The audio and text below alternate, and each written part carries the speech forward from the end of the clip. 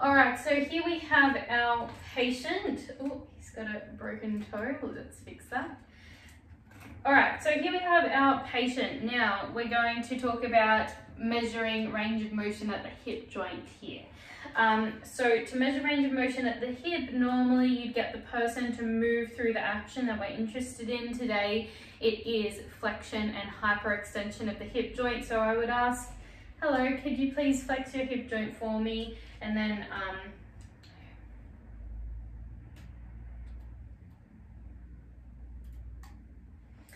all right, measuring range of motion at the hip. So again, we have our goniometers. I'm going to briefly show you how we would do this if we were in class with a real patient, or in my case, a real skeleton. It's not a real skeleton.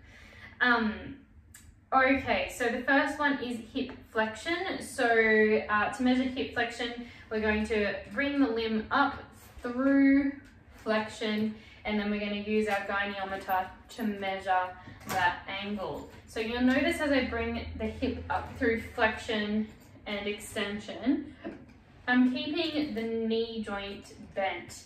And that's for a reason. I want the knee joint to be bent because have a think about it right now. Do you think if you were lying here on this table, you would be able to get more range in hip flexion with the knee joint bent or with the knee joint straight? Right? And I think most of you will have the same answer in that you'll probably get more range if you keep the knee joint bent. And why is that? It's because you take the hamstrings out of the situation. So by bending the knee, I keep the hamstrings happy. I'm not stretching the hamstrings. So by bending the knee, the hamstrings aren't stretched, and then I'm not limited by the tightness in those hamstring muscles. So with the knee bent, the patient moves into flexion as far as they can without tilting the spine or without arching their back. And then we're going to use the goniometer to measure the angle. So the axis of the goniometer, or the center of the goniometer, needs to be at the greater trochanter.